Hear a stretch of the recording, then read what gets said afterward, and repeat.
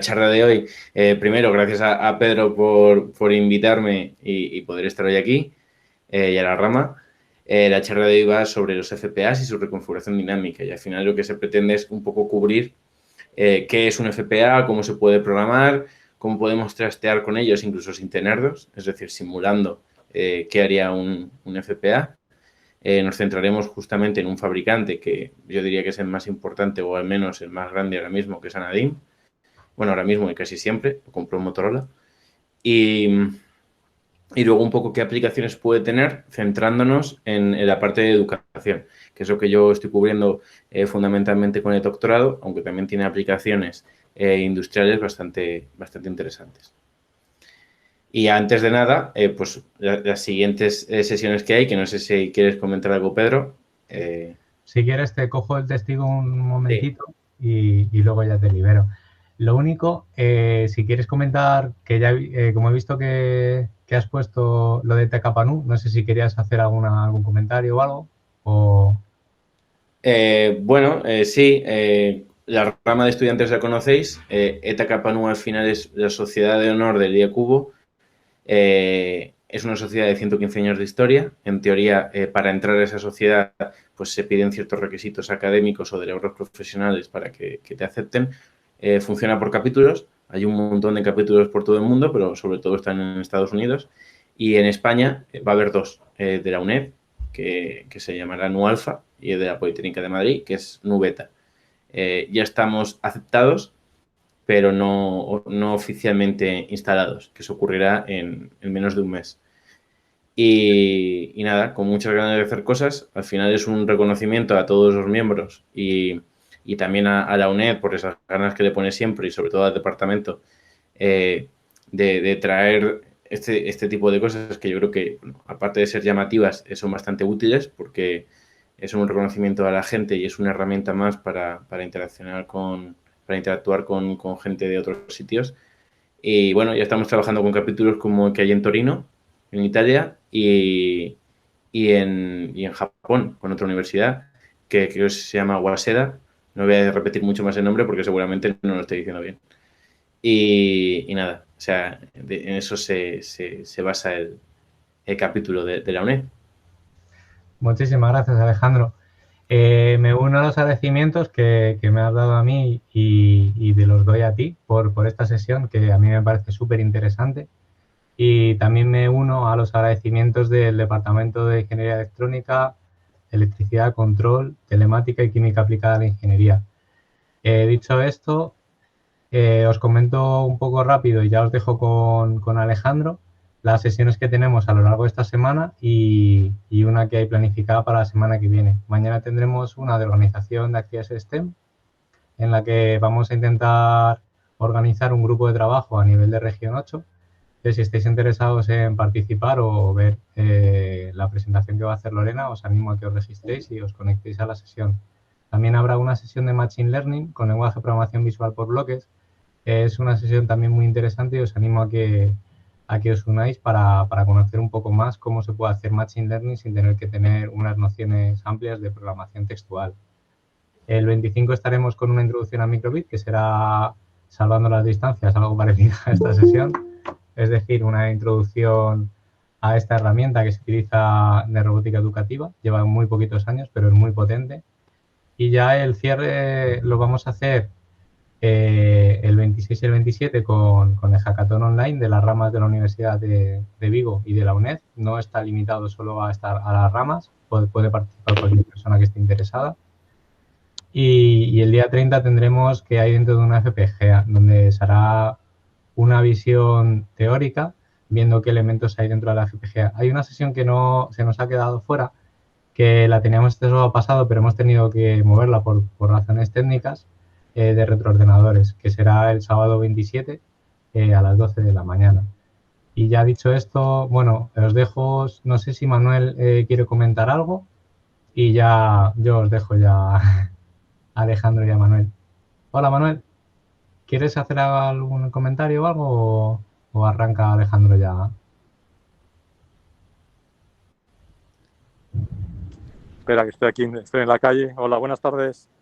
Hola, ¿qué tal? Pues ¿Qué nada, tal? venga, adelante ya que estoy aquí en la calle hoy y lo voy a seguir desde la calle. Qué guay. Venga, gracias a Alejandro y ánimo todos y a ver si se entera todo el mundo lo que es una FPA como Dios manda. Muchas gracias, Manuel. Un Venga, hasta abrazo. luego. Chao. Chao. Gracias, Manuel. Intentaré hacerlo no muy interesante, va a ser muy difícil para que no te choques con ninguna farola, porque no puedas parar de prestar atención. Bueno, antes de nada también gracias a todos por conectaros. La verdad es un gusto poder contar este tipo de cosas y que haya alguien escuchando. Así que muchas gracias a todos. Si en algún momento tenéis alguna pregunta, pues escribidla sin problemas. Sobre todo porque al principio voy a ir bastante rápido, ¿vale? Porque yo me enrollo mucho hablando y creo que tiene más interés que me enrollo al final que me enrollo al principio, ¿vale? Sobre todo porque la primera parte es un poco de introducción. El objetivo es ver esto en aproximadamente unos 30 minutos. No suelo conseguirlo, pero os prometo que lo voy a intentar. Y lo que vamos a ver es, oye, ¿qué es un FPA? ¿De qué está compuesto? ¿Cómo se programa? ¿Qué cosas hay que tener en cuenta y qué herramientas tenemos? ¿Qué es eso de la reconfiguración dinámica y por qué es importante?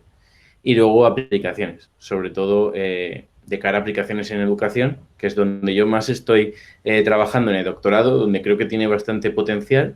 También en aplicaciones industriales, pero como veremos, aparecen ciertas limitaciones, que son simplemente limitaciones tecnológicas, porque no es un campo donde se haya trabajado muchísimo en mejorar los dispositivos y entonces, pues, para ciertas aplicaciones industriales, con la tecnología que tenemos ahora, teóricamente serían súper buenas, la práctica pues no son abordables ya a ciertos niveles, pero para la educación creo que es perfecto y puede estar muy bien. Entonces, bueno, pues empezamos ya con qué es un FPA. O sea, a mí siempre me gusta explicarlo, aunque no es, o sea, no es lo más correcto posible, pero es como el hermano analógico de los FPGAs, que están más de moda, los conoce más gente. Y bueno, a nivel de arquitectura no tienen mucho que ver, evidentemente, pero lo que hacen, que es que tú puedas programar un chip, un dispositivo para que te haga X funciones, pues es lo mismo. Lo que pasa es que uno te los hace en el ámbito de la electrónica digital y este intenta hacerlo en el ámbito de la electrónica analógica. Veremos que hay diferentes tecnologías y aunque hablemos de analógico, siempre hay relojes por debajo, lo que, bueno, pues no es tiempo continuo puro, aunque también los hay de tiempo continuo. No es una tecnología muy novedosa, se empieza a utilizar el término en el 91, aunque ya hay algunos chips que se utilizan y que se venden antes, pero ya con el término FPA, tal y como lo conocemos ahora y con la estructura que se mantiene hasta el día de hoy, empiezan a comercializarse a partir del 96. Aparece un gran comercializador y fabricante que es Anadim, lo compra Motorola y es el más grande, el más importante que hay más y se mantiene. Sí, yo en el 91 no había nacido, entonces yo me perdí cuando apareció el término. Me perdí ese boom, pero luego, fíjate, cosas de la vida, pues aquí estoy. Y se organiza en bloques funcionales. Al final son bloques de recursos, ¿vale? Esto va a ser importante, que están interconectados entre ellos. Y cuando programamos, al igual que un FPGA, vamos a consumir recursos para crear diferentes estructuras que nos van a dar diferentes funcionalidades, ¿vale? Entonces, como os decía, y esto es importante, hay como dos grandes ramas en los FPAs, los de tiempo continuo y los de tiempo discreto. Aparentemente podemos pensar que los de tiempo continuo pues van a ser mejores, porque mejor en tiempo continuo que en tiempo discreto si estamos trabajando con señales analógicas. Pero es verdad que los de tiempo discreto, que son los que vamos a ver hoy aquí, porque, bueno, aparte de que son los que conozco y de los que os puedo hablar, los que luego en diferentes estudios, diferentes papers que se han publicado, de hecho muchos están en la biblioteca de IECUBO, así que podéis acceder a ellos. Los de tiempo discreto tienen unas características bastante interesantes, como puede ser una reconfiguración más rápida y una versatilidad un poco mayor, que hacen que, por ejemplo, Anadim se decante por estos últimos. Y dentro de los de tiempo discreto, aunque hay diferentes tecnologías, los que vamos a hablar son los de capacidades conmutadas, que también son los con los que trabaja Anadim, y es bastante interesante. ¿Por qué es interesante e importante lo de las capacidades conmutadas? Pues como podéis imaginar, uno de los mayores problemas que tiene un circuito que se tenga que adaptar analógicamente a diferentes situaciones es que es difícil jugar con una cantidad de resistencias grande, pues tener un banco de resistencias muy grande es complejo meterlo en un chip. Al final hay que trabajar de alguna forma para simular lo que es una resistencia, ¿no? Que se comporte de la misma forma, pero que si queremos una resistencia de 101 ohmios podamos tenerla, pero si la queremos de 110 ohmios podamos tenerla, y si la queremos de 2K, pues podamos tenerla. ¿Vale? Es decir, siempre con unos límites, pero que podamos jugar con un rango prácticamente continuo entre los diferentes niveles. Y ahí es donde aparecen las capacidades conmutadas. ¿Vale? Funcionan de la siguiente forma, como se ve ahí en el diagrama, que creo que queda bastante claro, y jugando con esa frecuencia o con ese periodo de conmutación tendremos una resistencia equivalente u otra. Y las diferentes capacidades sí que podemos tener pues diferentes capacidades y jugar con ellas en paralelo para obtener al final una equivalente y tenerlo. Es importante dentro de los FPAs, especialmente los de Anadim, que están organizados por caps, ¿vale? Que son bloques configurables analógicos. Y los vamos a ver en la siguiente diapositiva. Los cap, y aquí es importante también, están todos interconectados entre ellos. Esto hace que cuando haya que compartir ciertos recursos y dependiendo de ciertas funcionalidades, podamos compartirlos o no, ¿vale? Eso va a depender un poco de cada funcionalidad, y todos están conectados a la lookup table, por lo que la programación se hace relativamente sencilla. Hay que tener en cuenta la gestión de recursos, hay que tener en cuenta que no nos podemos pasar, o que si utilizamos una funcionalidad que es demasiado específica y queremos además una precisión elevada, nos va a consumir una cantidad de recursos suficientemente elevada como para que ya no podamos utilizar más funcionalidades o no todas las que queramos. O sea, eso siempre va a haber que tenerlo en cuenta, pero este tipo de arquitectura lo que nos va a hacer es que no tengamos que tener en cuenta qué recursos hay dentro de cada uno de los caps, ¿vale? De los bloques analógicos configurables. Pero sin lugar a duda, y aunque podamos ver ahí un montón de, bueno, pues las entradas y salidas, este chip en concreto, que ahora vemos cuál es, permite entradas diferenciales y entradas single, podemos adaptar la salida, un montón de cosas. Pero lo más importante aquí es precisamente los bloques de memoria. Esta es la configuración de memoria RAM y la configuración Shadow RAM, ¿vale? O la memoria RAM sombra, por traducir. Y ahí es donde se apoya la reconfiguración dinámica.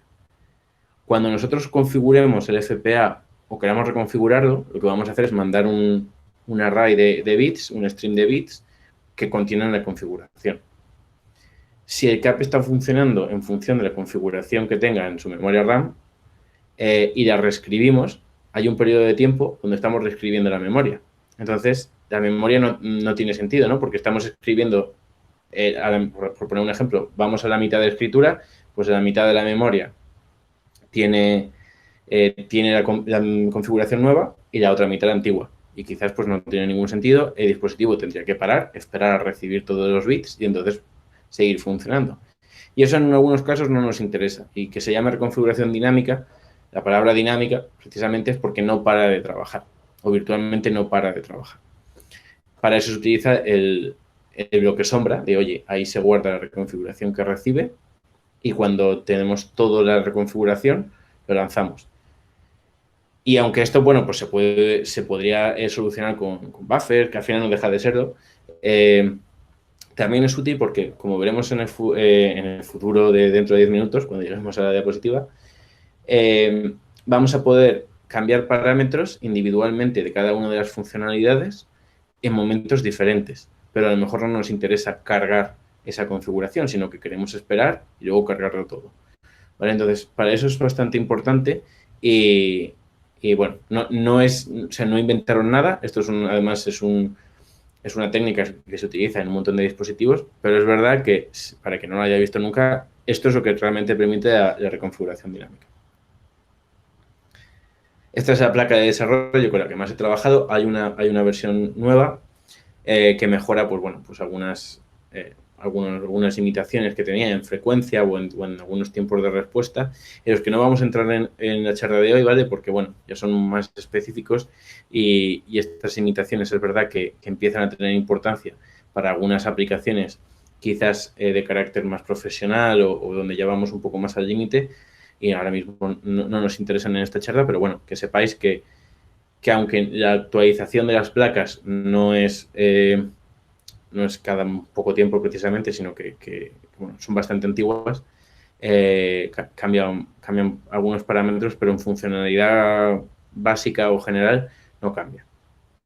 Como veis, es una placa de desarrollo bastante cómoda de trabajar con ella. Pues tiene los pines de entrada, los pines de salida, de forma que sean bastante accesibles.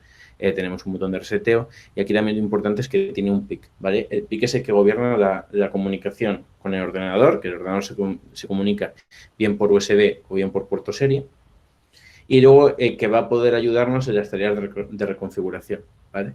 No sería necesario un PIC, al final podemos tener el chip el solo y reconfigurarlo, se comunica por SPI y demás. Y bueno, pero bueno, para la placa de desarrollo está bastante bien, es bastante útil.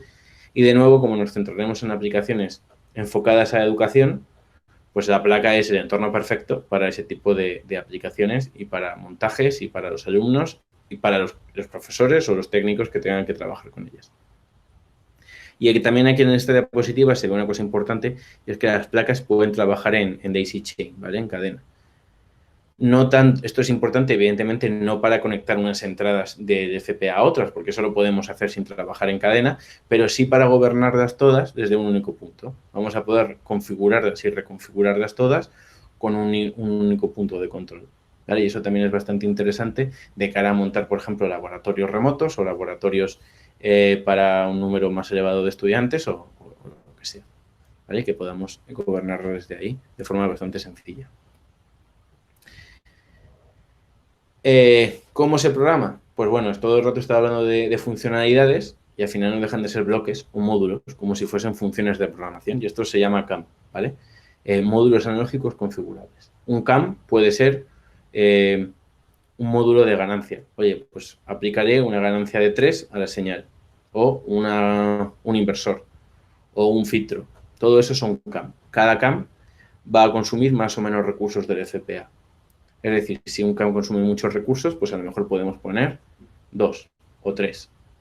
Sin embargo, si un CAM consume menos recursos, pues podemos poner 16, ¿vale? Eso va a depender. Además, recordar que he dicho al principio que hay relojes. En este caso, creo recordar, si no recuerdo mal, hay 4 relojes. Y esos relojes son los que van a dar servicio a los diferentes CAM, ¿vale? Entonces, dependiendo de la frecuencia de la que trabajen esos relojes, pues los CAM alcanzarán unas especificaciones u otras. Un filtro, por ejemplo, tendrá unos límites más altos o más bajos dependiendo del reloj con el que estemos trabajando. Y ese ejemplo lo vamos a ver ahora después. Pero bueno, ¿dónde se programa los FPA de Anadin? Pues en Anadin Designer 2. Yo no sé si hubo alguna vez un Anadin Designer 1, lo he intentado buscar, pero no lo he encontrado. Entonces, no sé si alguno de vosotros que tuvisteis la suerte de ver a los FPA nacer, os coincidisteis con Anadin Designer 1, yo no, lo intenté buscar para la charla de hoy y poder enseñarlo. Entonces, no sé si el 2 es porque hubo un 1 o porque les gustaba más el 2. Pero bueno, el software es gratuito desde hace un tiempo ahora, porque la primera vez que lo utilicé yo no lo pedían y ahora sí. Es gratuito, o sea, hay que registrarse, pero te mandan la clave, te registras, te mandan la clave de correo y listo, ¿vale? Hacen un registro bastante sencillo, que simplemente quieren saber si somos académicos, profesionales y demás, y es gratuito, ¿vale? Es bastante completo, tiene bastantes cosas, como vamos a ver ahora, y es muy sencillo, no hay que programar en código, ¿vale? Seleccionamos el CAM que queremos, lo arrastramos y vamos uniendo cada CAM con la entrada o mandamos la señal hacia la salida que queramos.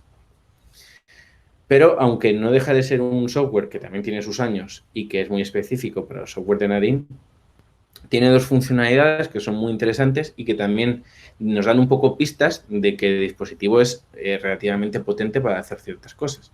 Por ejemplo, tiene una utilidad de filtros, ¿vale? Entonces, podemos diseñar un filtro, que ahí podéis ver los tipos de filtros, pues si queremos paso bajo, paso alto, paso banda, etcétera, y con diferentes aproximaciones, con bastante buena, bueno, tiene muy buenas características y el resultado es bastante bueno. Yo en su momento en el laboratorio trasteé mucho y la verdad es que bastante bien. Evidentemente, cuanto más complejo lo hagamos, más recursos del FPA va a consumir.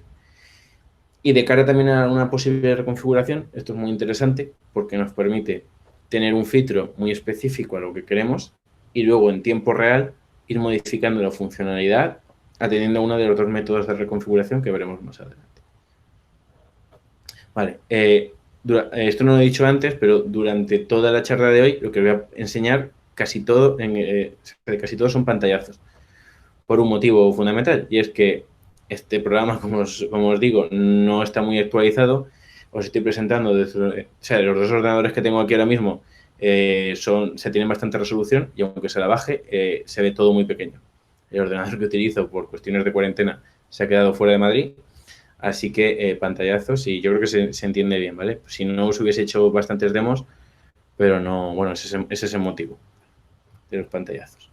Otra funcionalidad es para diseñar controladores PID. O sea, al final podemos utilizar un FPA para hacer aplicaciones de control industrial con resultados además bastante buenos. Y de nuevo podemos unir estas herramientas específicas que nos permiten hacer filtros o controladores de una manera bastante profesional con tareas quizás más auxiliares o aprovechar la reconfiguración para explotar todavía más esto. O sea, al final los FPAs, aunque todo el rato estoy diciendo que por desgracia no han avanzado tanto como sus primos digitales, etcétera, pues bueno, tienen un potencial y una capacidad respetable, al menos para hacer un montón de cosas y como os digo, para el campo de la educación de sobra. Entonces, volvemos un poco a lo que comentaba antes de los CAM, y esta es una lista de CAM, que hay bastantes, como podéis ver. Entonces, hay muchos y no me voy a detener en ellos. O sea, pues hay divisores, hay filtros, hay ganancias. Y aprovechando un poco los que vienen aquí de Gain Health y Gain Hold, sí que aprovecho para otro concepto más que hay que tener en cuenta dentro de los FPAs. Los FPAs, como os he dicho, trabajan con relojes. Es decir, al final estamos trabajando en tiempo discreto y no en tiempo continuo. Y algunos de los CAM, es decir, de las funcionalidades que queremos implementar, utilizan ciertas técnicas, y cada CAM es un poco un mundo, que nos permiten solo tener la salida buena, por decirlo así, o sea, que una salida válida en un ciclo de reloj, ¿vale? Podemos hablar, por ejemplo, de fase 1 y de fase 2, que, por ejemplo, un CAM solo nos dé una salida válida en fase 1 o en fase 2, o que solo lea en fase 1. Y esto es importante porque, aunque es una limitación, podemos trabajar con ello e intentar evitarlo pues poniendo un hold, es decir, manteniendo la señal que leemos en fase 1 y manteniéndola en fase 2. Evidentemente, esa señal va a aparecer con los típicos dientes de sierra de, oye, estoy manteniendo la señal durante un ciclo y luego la actualizo. No es lo más deseable, pero es verdad que para una inmensa cantidad de aplicaciones es más que suficiente, y utilizar precisamente esta técnica es la que nos va a permitir tener en un chip muy pequeño un montón de funcionalidades analógicas, entre comillas, ¿no? Porque ya hemos visto que estamos trabajando en tiempo discreto, que son perfectamente válidas. Cada CAM, como decía, es un mundo. Entonces, podemos acceder desde la propia aplicación a cómo está montada. Aquí estamos viendo, por ejemplo, un filtro bilineal, cómo está funcionando con su operacional, con sus capacidades conmutadas que veíamos antes y qué limitaciones puede tener. En este caso, pues lo que te dice es, oye, dependiendo del reloj que estés utilizando, vas a tener unas frecuencias de corte u otras. Y eso, pues evidentemente es muy importante porque si queremos acceder a frecuencias de corte que no llegamos, pues solo tenemos que cambiar el reloj. Pero a lo mejor es que no llegamos porque los relojes que tenemos no son lo suficientemente rápidos, ¿vale? Y lo mismo con la ganancia, ¿vale? Tenemos unos límites que hay que conocer y que nos dan bastante versatilidad. Como veis, al final, entre 0,011 o 20 de ganancia, pues está bastante bien. Tenemos un rango curioso. No sale la presentación, pero es importante. Los FPAs, este modelo en concreto, trabaja hasta 4 voltios. ¿Vale? Entonces admite hasta 4 voltios de entrada. Entrada puede ser diferencial o single, lo mismo con la salida, y siempre trabaja hasta 4 voltios. ¿Vale? Hasta 4 o menos 4. Y bueno, aquí tenemos toda la información y si queremos utilizar ese CAM, lo que nos va a aparecer es esta ventana. Como veis, este pantallazo sí que he escogido de mi ordenador de ahora, entonces se ve muy pequeñito, pero aquí, no sé si lo veis, pero si no os lo digo yo, aparece que esté en fase 1. O sea, cuando alimentemos, o sea, entre comillas, o proporcionemos la señal que queramos filtrar en este filtro paso bajo, con una señal, tenemos que garantizar que en la fase 1 del tiempo de trabajo esa señal válida, ¿vale? Si cogiésemos un CAM que la señal válida a la salida te lo deja en fase 2, necesitaríamos un hold, ¿vale? Y como veis es bastante sencillo, no hay que programar nada. Hay que elegir el tipo de filtro, hay que elegir en qué fase estamos viendo. Por ejemplo, si este en concreto nos permite elegir si queremos leer la señal en fase 1 o en fase 2. Hay otros CAM que sí que no nos permiten esto, si queremos invertir la polaridad o no. Y otra cosa que me parece interesante, utilizar recursos mínimos, es decir, vamos a utilizar un filtro que no es muy exigente y por lo tanto podemos liberar recursos para otras cosas, o si queremos ya un filtro mucho más complejo, mucho más específico, y al final vamos a consumir bastantes más recursos. Y luego podemos elegir los parámetros ahí abajo. Los parámetros, como veis, tienen son bastante amplios, o sea, podemos elegir dentro de un rango bastante amplio, y eso es bueno porque es lo que nos va a permitir jugar con la reconfiguración dinámica, tener un montón de parámetros posibles por los que jugar y tener una aplicación que sea bastante versátil. La aplicación también nos va a ayudar cuando ocurren cosas como esta, le decimos, oye, quiero que trabajes con el reloj de 16 MHz. Pues ahí tenemos un problema, porque Anadin dice que no lo recomienda. Te permite hacerlo, pero no lo recomienda. Ellos no lo han probado o no te garantizan que el funcionamiento sea correcto, ¿vale? Es lo bueno y lo malo. Al final, parece que hay cosas como que son limitación sobre limitación, pero la parte buena es que ellos te avisan, pero te lo permiten. Hay algunas cosas de estas que yo he probado y funcionan aceptablemente bien, y otras que si no les haces caso no funcionan, ¿vale? Entonces, bueno, pues es interesante saberlo y las limitaciones que tiene, pero que aún así nos deja trabajar con ello. Esto sería cómo se ve un programa hecho. Bastante sencillo. Tenemos una entrada, que sería la celda 1, la de arriba a la izquierda.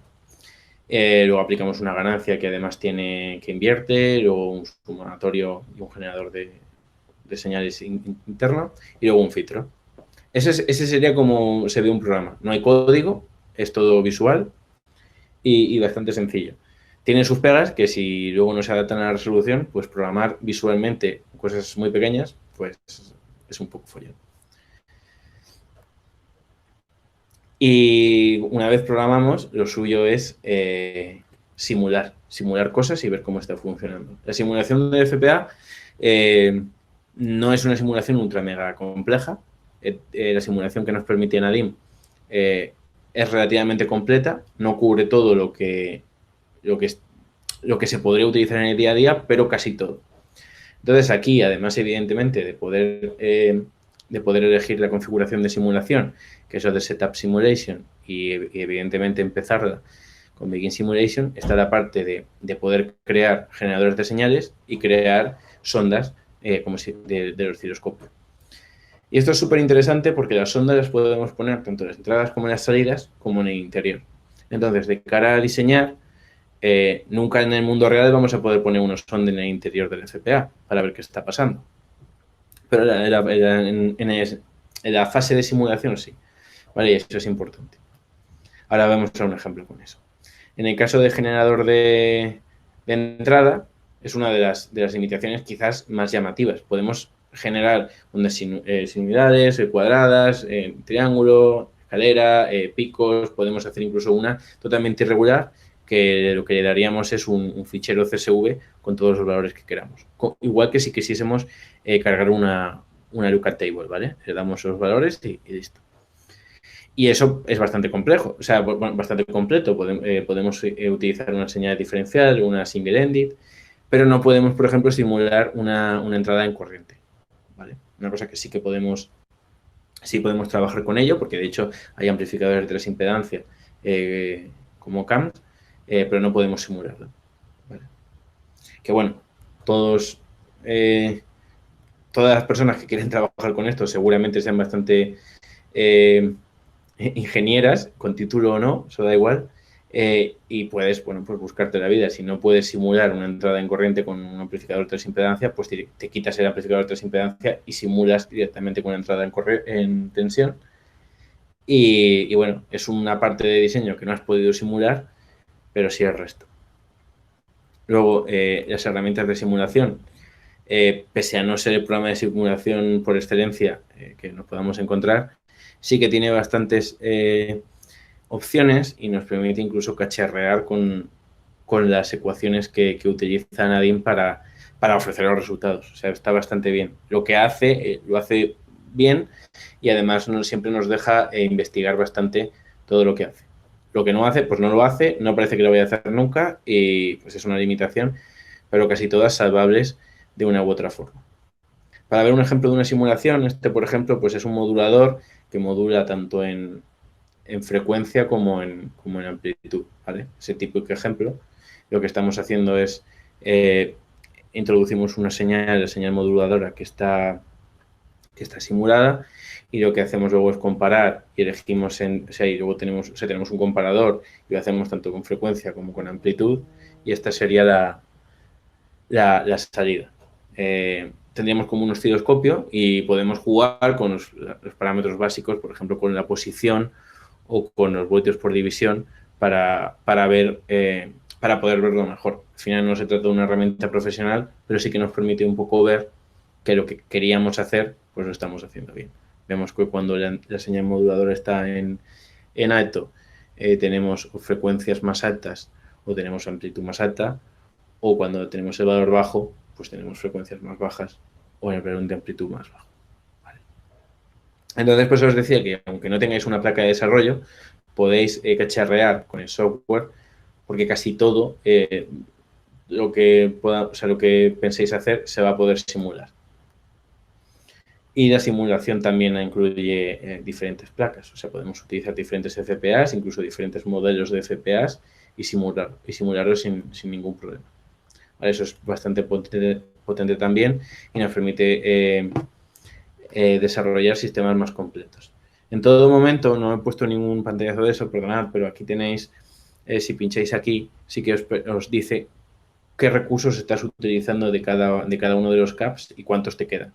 ¿Vale? Entonces, cuando diseñas, puedes saber si te has quedado muy justo y si te compensa a lo mejor utilizar otro CAM que consuma menos recursos para meter toda la funcionalidad en un único chip, o si te pasas por mucho, quizás no tiene sentido perder tiempo en estar calentándote la cabeza en cómo disminuir.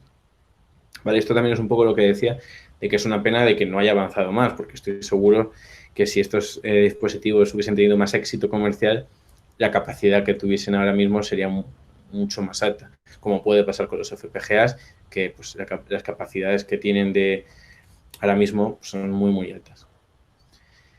Y ya llegamos a la reconfiguración dinámica, ¿vale? Que es lo que creo que es más interesante de esto y lo que más potencial tiene. Y en este caso, bueno, con estos chips de Nadine hay dos tipos de reconfiguración: el método algorítmico y el método de estados, o state driven, ¿vale?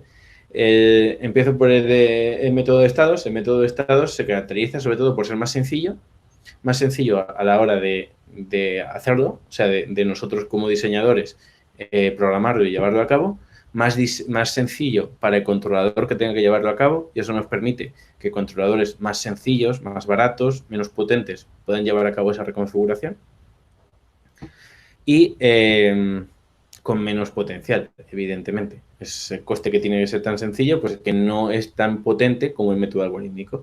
El método algorítmico es mucho más potente, nos va a permitir pues una cantidad de aplicaciones mucho mayor, pero es más complejo de llevar a cabo y es más complejo de gobernar, en el sentido de que quizás sea un PIC de gama media que puede gobernarnos el método de estado, pues no puede gobernarnos el método algorítmico, ¿vale? Vamos a ver rápidamente los dos. El método de estados, pues al final son X estados y lo que vamos a gobernar es la transición entre ellos, ¿vale? ¿Qué implica esto? Que en la fase de diseño vamos a tener que saber qué estados, o sea, qué escenarios vamos a manejar. Pues oye, vamos a tener la configuración inicial y otros 4, es decir, 5 modos de trabajo. Y esos modos de trabajo, ¿qué puede variar? Pues yo no puedo cambiar los CAM que estoy utilizando, solo puedo cambiar los parámetros que hay dentro de esos CAM, ¿vale? Entonces, que sea menos potente no significa que sea peor. Para algunas aplicaciones con esto nos basta. Por ejemplo, si lo que queremos hacer es un pedal para una guitarra o diferentes efectos para cualquier instrumento, pues nosotros configuramos el efecto y sabemos que queremos 5 efectos, pero no queremos un efecto intermedio entre los dos o un efecto que cambie un parámetro un 10%. Pues entonces el método de estados es perfecto. Nosotros en la fase de diseño conocemos qué estados queremos y luego podemos gobernar cómo saltamos entre un estado y otro. ¿Qué nos va a generar el método de estados? Pues un array de bits para la configuración inicial y luego arrays de bits para cada una de las reconfiguraciones. La configuración inicial y las reconfiguraciones son diferentes. La configuración inicial configura un montón de cosas que luego son comunes y que se mantienen en la reconfiguración, en cada una de las reconfiguraciones. Y luego las reconfiguraciones, pues solo modifican los parámetros que tienen que modificar. Se puede hacer directamente de software de Nadine, le das, oye, reconfiguración dinámica, state driven method, vas eligiendo, vas añadiendo diferentes reconfiguraciones y luego te lo genera. Por defecto, el código que te genera por defecto para el pick, para un pick, es que cada segundo cambie, que lo podemos ver aquí, ¿vale?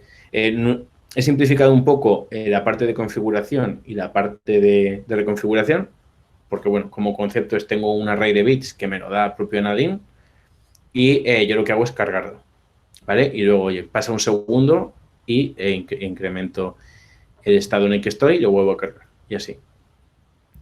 ¿Qué pasa con esto? Pues que es muy sencillo y que podemos gobernarlo pues como se os ocurra, cada segundo, cada 7 segundos, cuando puse un botón, todo lo que el controlador lo único que tiene que ser necesario es guardar unos cuantos bytes y poder comunicarse por SPI con el FPA, pues puedo ejercer la reconfiguración. Con toda la potencia que me dé para medir y para decidir cuándo cambio y con los pocos requisitos que tengo, que es guardar unos cuantos bytes, ¿vale? Ese es el primero. Y el segundo, que para mí es el más interesante por ser el más potente, es el método algorítmico. Si os acordáis, cuando hemos visto el filtro paso bajo, lo que podemos ver es qué funciones nos dan ellos para utilizar el método algorítmico. En este caso, este CAM lo que nos permite es cambiar con variables con coma flotante y demás, la ganancia y la frecuencia. Y entonces aquí aparece un abanico importante porque podemos poner frecuencia 40 o 40,05 o 40,1 o 67 o 122, siempre dentro de los límites. Esto se complica de cara al diseño porque todos esos límites tenemos que tenerlo en cuenta nosotros, pero nos da una versatilidad muchísimo más amplia.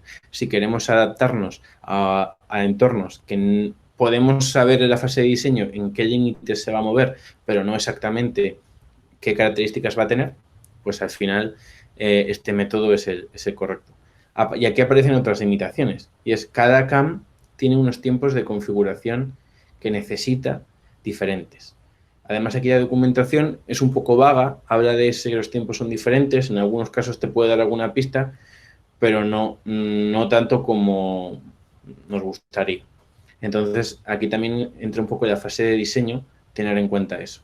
Aunque virtualmente nosotros podemos reconfigurar el FPA cuantas veces queramos y la única limitación es la velocidad de comunicación, si reconfiguramos un CAM lo suficientemente rápido, podemos hacer que el dispositivo se resete, ¿vale? Lo cual es una limitación bastante importante y hay que tenerla en cuenta.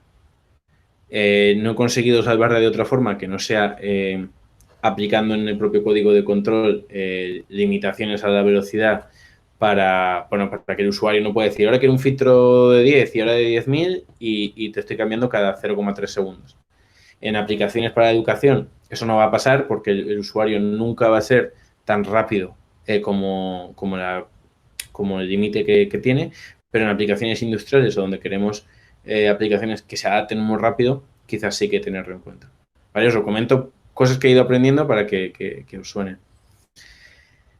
Pero os podéis imaginar que teniendo esto, pues es bastante potente, porque al final, si con 7 CAMs o los que estemos utilizando en nuestro diseño tenemos toda esa libertad de reconfiguración, al final es como tener un número de escenarios muy altos. Y al igual que en el método de estados, Anadim Designer 2 nos genera, si queremos, un programa ejemplo de reconfiguración. Pero este tiene un poco de truco. Como es un poco más complicado, pues nos genera esto, que es un programa ejecutable en Windows, que lo ejecutas y funciona, y te alegras mucho porque dices, joder, qué fácil. Pero cuando lo mueves, esto es una barrita que tú mueves de la unidad, no hace nada. No reconfigura el FPA ni hace nada, ¿vale? Solo te dan un poco el esqueleto de la aplicación y ya está, ¿vale? Entonces, tiene algo más de complejidad. Pero sí que nos muestra un ejemplo de que, oye, podríamos hacer una barrita. Y en el programa de ejemplo lo que te dice es, oye, mueve la barrita, te aparece 2 unidades, 3 unidades, el parámetro que elijamos, esto ya sí que hay que saber programar algo más, y luego lo descargamos en el FPA. Podemos hacer incluso que conforme vayamos moviendo la barrita, se actualice el FPA directamente. Entonces, y con la mayoría de los CAM funciona a esa velocidad, va muy bien y es muy didáctico. Si queremos cambiar un filtro, si queremos cambiar una ganancia, ver cómo las señales van cambiando en tiempo real, cómo la salida se ve afectada evidentemente y el alumno en este caso pues puede jugar con eso sin tener que estar desenchufando la placa, reseteándola, cargando otro valor, etcétera, ¿vale? Es donde le veo bastante valor. Ya llegamos a la última parte. Sabía yo que no iba a llegar a lo de la media hora, perdonadme, pero ya queda poco. En aplicaciones, pues hay aplicaciones industriales que son muy directas. Al final, control adaptativo, si podemos hacer controladores PID, porque no podemos variar los parámetros conforme estamos trabajando o en redes neuronales. Al final, la potencia de una red neuronal está en su aprendizaje, ¿no? En que pueda actualizar sus parámetros, ¿no? Porque, bueno, por hablarlo en general, pero lo que multiplica la señal con el offset. Y si queremos aplicar diferentes funciones de salida, como la más típica que es la sigmoidal, pues lo podemos hacer y esa función de aprendizaje la podemos aplicar con la reconfiguración dinámica. Evidentemente, y esto es otra limitación, entre comillas, el FPA no es capaz de autogobernarse. O sea, no podemos hacer que el FPA se autorregule, pero por eso surgen los FPMAs, que es un FPGA con un FPA. Entonces, el FPGA ayuda a su hermano analógico y el FPGA implementa toda esa inteligencia de, oye, cuándo y cómo me tengo que reconfigurar, pero como el bueno manejando quizás señales analógicas es el FPA, que lo haga y el otro dispositivo gobierna esa reconfiguración. Y luego hay otras aplicaciones, instrumentación, si queremos adaptar señales, por ejemplo, si queremos que un PIC reciba una señal, pero queremos asegurarnos de que siempre va a recibir el mismo rango y hay que adaptar la señal, etcétera, el FPA es perfecto. Además, el PIC podría gobernar esa reconfiguración para que sea todavía más preciso. Y ahora vemos un ejemplo. Y laboratorios, evidentemente, que además vamos a ver un par de ejemplos. Entonces, durante todo este tiempo trabajando con este tipo de aplicaciones y de reconfiguración dinámica para educación, al final un poco lo que pienso es que es bueno tanto para educación superior como para niveles más tempranos o niveles medios, como para educación no técnica. Porque tú, desarrollando aplicaciones, que evidentemente puedes abstraer al usuario de todo lo que hay por debajo, eso complica la fase de diseño, pero ayuda bastante al usuario pues, a entender ciertos conceptos sin necesidad, por ejemplo, de saber cómo se construye un filtro o cómo se construye un divisor de tensión. No es necesario, pero quizás sí te interesa que experimente con el concepto de filtro o cómo la frecuencia de corte en un filtro puede hacer que cambie o no la funcionalidad de un sistema más grande o un sistema superior. Hicimos 4 prácticas, más una práctica de introducción, que al final es un poco jugar con lo que hemos visto hoy de los CAM, de qué limitaciones puede tener, cómo puede realmente ser un poco peñazo cambiar cada vez que queramos actualizar un poquito de diseño, que sería abrir el diseño de Nadine, enchufarlo por el puerto serie, cambiar la placa, etcétera. Y como la configuración dinámica no solo te ahorra tiempo de cara a hacer una práctica de instituto o de universidad, que te lo ahorra, sino también cómo esa velocidad y ese tiempo que te ahorra te permite pasar de un diseño que es puntual a una aplicación que se adapta y puede ser útil. Me acabo de dar cuenta que se ha actualizado esta fecha 2016 y no sé por qué, pero bueno, estamos en el 2020 todavía. Aunque como siga hablando, a lo mejor llegamos al 21. Y ya dos ejemplos de esas aplicaciones. El primero pues es un sensor de iluminación que requiere un amplificador de transimpedancia. Ajustamos los niveles de tensión, comparamos con un generador de onda y lo que vamos a hacer es intentar iluminar un LED más o menos en función de lo que diga el sensor de iluminación. Si el sensor de iluminación detecta mucha iluminación, pues lo encendemos poco, y si detecta oscuridad, pues lo iluminamos mucho. Al final es una aplicación bastante sencillita, pero que de cara a los alumnos pues puede ser llamativa. Este sería el circuito. Al final lo que tenemos es la transimpedancia, los diferentes CAN que nos van ajustando la señal y la comparan, y al final tenemos un rectificador que, bueno, si lo hemos diseñado bien, a veces no es necesario, pero no es una garantía extra de que no vamos a alimentar mal el diodo. Estos serían los objetivos que ha tenido el alumno, que pues son un montón. Al final ya no es solo reconfiguración dinámica, sino que podemos utilizar el FPA con objetivos particulares de, pues oye, de limitaciones internas, de cómo tienes que tener eso en cuenta a la hora de diseñar, de tiempos de reconfiguración, de tolerancias, etcétera, que son bastante interesantes, y siempre además con la facilidad o la ventaja de que si ya hemos pasado por la parte donde el alumno tiene que trastear con los componentes discretos, pues ya no es necesario, ya podemos ir a otra cosa que quizás es más rápida, quizás es menos engorroso, y quizás un alumno no pierde tiempo de esto no me va, esto no me va, esto no me va, esto no me va, y es que has puesto una cosa en la protoboard justo en el agujerito de al lado y has perdido 20 minutos hasta que el profesor ha ido, y con esto pues ese tipo de errores te los quita. Esta sería la aplicación, ¿vale? No es tampoco una oda a la usabilidad porque no me dedico a eso, pero bueno, se ve bastante bien de, oye, ¿qué valores de tensión me está dando en alta luminosidad y en baja luminosidad? Que esto se tiene que medir pues en el laboratorio de, oye, pongo el amplificador de transimpedancia y si pongo el sensor a la luz me da esto, y si lo tapo me da esto otro. Con eso puedo calcularlo todo. E incluso, oye, ¿con qué nivel alto quiero comparar y con qué nivel bajo quiero comparar? Si yo modifico ahí los parámetros, me va a modificar los valores del FPA y los valores teóricos. ¿Y qué es eso de los valores teóricos? Y es una chorrada en este caso, pero creo que es muy potente. Antes os he dicho que el FPA puede trabajar hasta 4 voltios. Entonces, pues decimos, vale, oye, que no entre ninguna entrada mayor de 4 voltios y nunca me va a salir una salida de más de 4 voltios. Pero si yo no tengo en cuenta eso siempre internamente, y creo que es una cosa bastante útil de enseñar a cualquier alumno, pues me pueden pasar cosas que no espero. Que, oye, teóricamente he diseñado todo bien y no me funciona.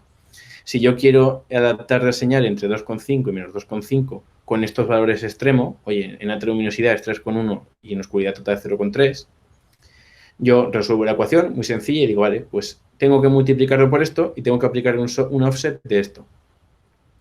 Estupendo, pero ¿qué pasa entonces en el caso de máxima luminosidad? 3,1 por X, que es 1,7, es más que 4. O sea, ahí me satura, entonces ya lo estoy haciendo mal. Ya a partir de esa operación, toda la señal no es correcta, no me va a funcionar. Entonces, hay que simplemente cambiar la forma de hacerlo. Primero aplico el offset y luego ya lo multiplico. Y así me aseguro que no me vaya a saturar. Y esos parámetros de X e Y son los que podemos ver aquí. Y entonces siempre podemos extraer al alumno todo lo que queramos de los conceptos más, más de electrónica o de CPA y abstraerlos hasta el nivel que queramos, tanto a ecuaciones o incluso decir, oye, en ajustes de sensibilidad, en lugar de dejarte elegir esos valores, pues te pongo valores de 0 a 10 y yo por debajo configurado lo que yo considere.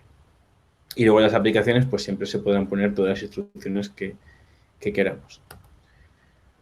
Un poco quedará en manos del diseñador. Esta sí que es aplicación, no es pantallazo, ¿vale? Porque esta sí que lo que he hecho ha sido recompilarla para que funcione.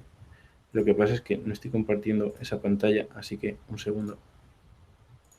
Esto os prometo que sí que es lo último, así que ya estaría. A ver si me deja.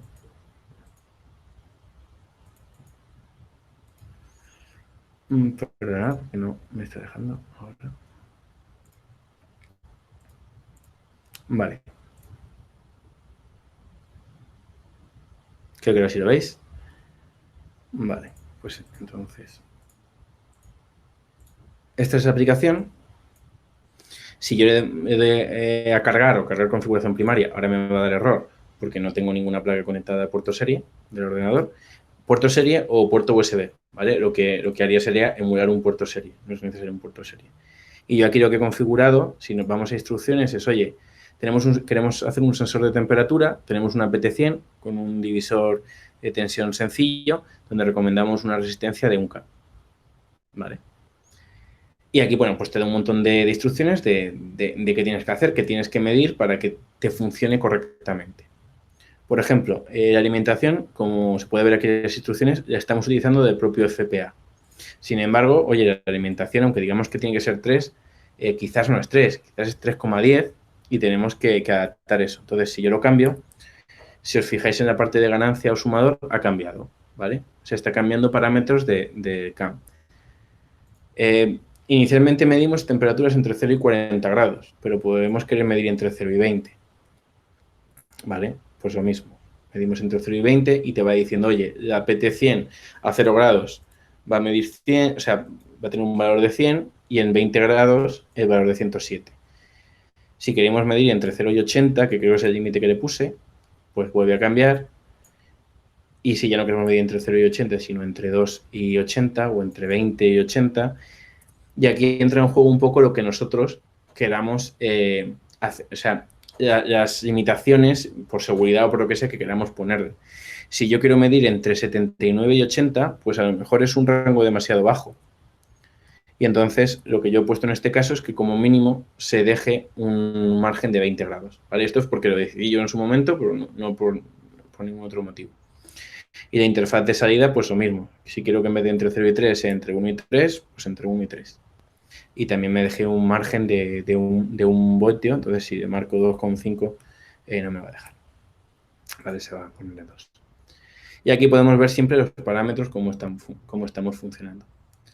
Eso es importante porque así el alumno sabe lo que está haciendo. Y volviendo un poco a lo de antes de los FPMAs, de los sistemas mixtos, imaginad aquí la potencia que tendría, como sabéis, al final una PT100 o cuando hacemos un divisor resistivo o cuando intentamos adaptar cualquier tipo de sensor, lo mejor siempre es, según cómo adaptemos o intentemos linealizarlo, sabéis que hay una zona donde la precisión es mayor que en otra. Si nosotros, en función de lo que estemos midiendo, somos capaces de ir ajustando estos límites de aquí para que siempre estemos midiendo en el centro, nuestra precisión va a ser siempre máxima. Entonces, pues es un ejemplo de cómo la reconfiguración puede ser útil en aplicaciones más allá de la educación. Es una cosa muy sencilla, pero que es bastante llamativo. Cómo podríamos ir ajustando.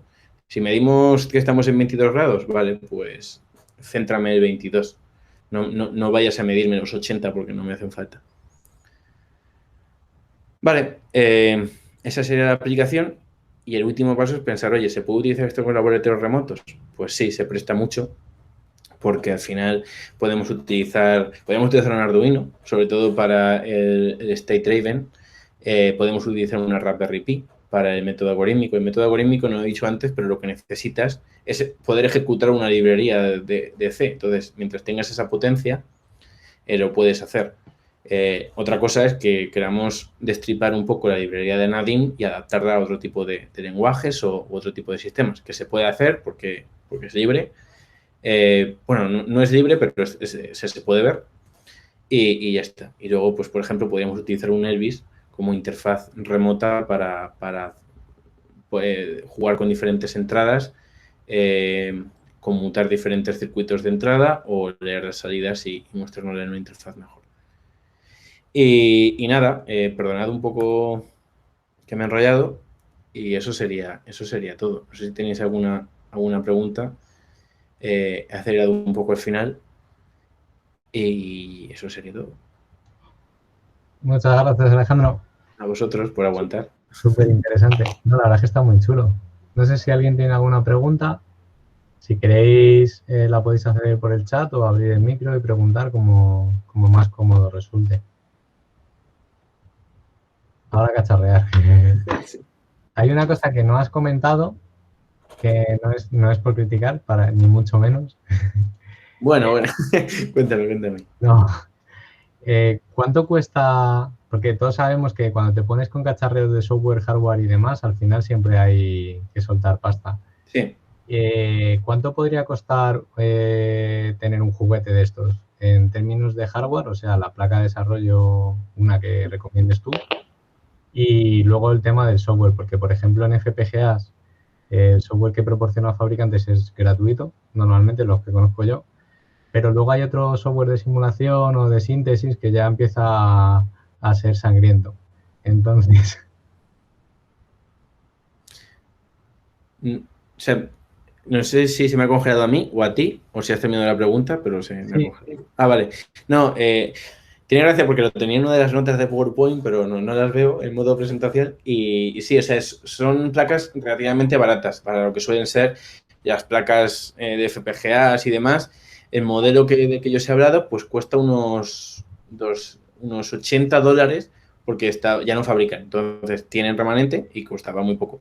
Y el modelo nuevo cuesta unos 200, entre 200 y $300, no me acuerdo de memoria, ¿vale? Pero son precios que, por ejemplo, para cacharrear a una persona que se aburre en casa, pues de $300 ya es un coste, no es un Arduino de 20 euros, pero, por ejemplo, para un instituto o para un laboratorio de universidad, pues son costes asumibles, porque no son costes ya de muchos cientos de euros o miles por placa. Y el software, perdona que se me iba, el software es gratuito, o sea, te hace todo. La simulación, la carga, es gratuito. No tiene ninguna parte de software que sea de pago. Genial, gracias. Nada, digo la pregunta. Era fácil. Bueno, si lo sabías, sí. Si no... Sí, no, o bueno, a lo mejor me lo he inventado, o sea que... pero está por ahí, porque además compramos hace poco para el departamento y los precios estaban por ahí. Genial. Pues no sé. Vale, pues si no hay ninguna pregunta más, podéis seguir con vuestras vidas. Vale, yo creo que nos animan. La verdad es que lo has dejado, a mí por lo menos me ha parecido que lo has dejado todo bastante claro, muy bien explicado. Y es lo que comentaba un poco Antonio en el chat. O sea, que ahora ya a cacharrear.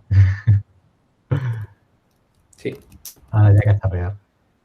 Pues genial, muchísimas gracias Alejandro, muchísimas gracias a todos. Y lo dicho, esperamos veros en próximas sesiones. La verdad es que esta semana la tenemos hipercargada porque todos los días, menos el domingo, tenemos. Así que lo dicho, esperamos que podamos vernos en futuras sesiones. Luego ya os enviaremos la presentación en PDF y cuando esté disponible la grabación os avisaremos para que podáis acceder al canal de YouTube. Así que nada, disfrutad de lo que queda de lunes y nos vemos en la próxima sesión. Chao. Venga, un abrazo y gracias, Alex. Chao. A mí me ha gustado mucho para variar. Me sabía algunas cosillas. Sí, ¿no? Un abrazo. Gracias. Cuidaos. Chao. Chao.